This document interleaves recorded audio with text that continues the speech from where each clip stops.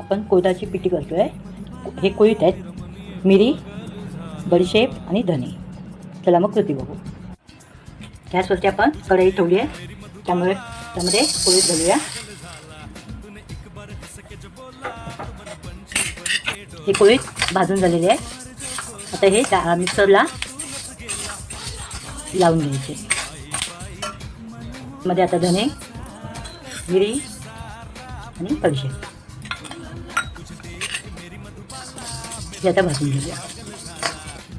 ही डाळ तयार आहे. ही आता आपण मिक्सरला लावून बारीक त्याची पिठी करायची आणि त्यामध्ये हे धना, जिरं आणि बडीशेप आणि पेरी घालूया.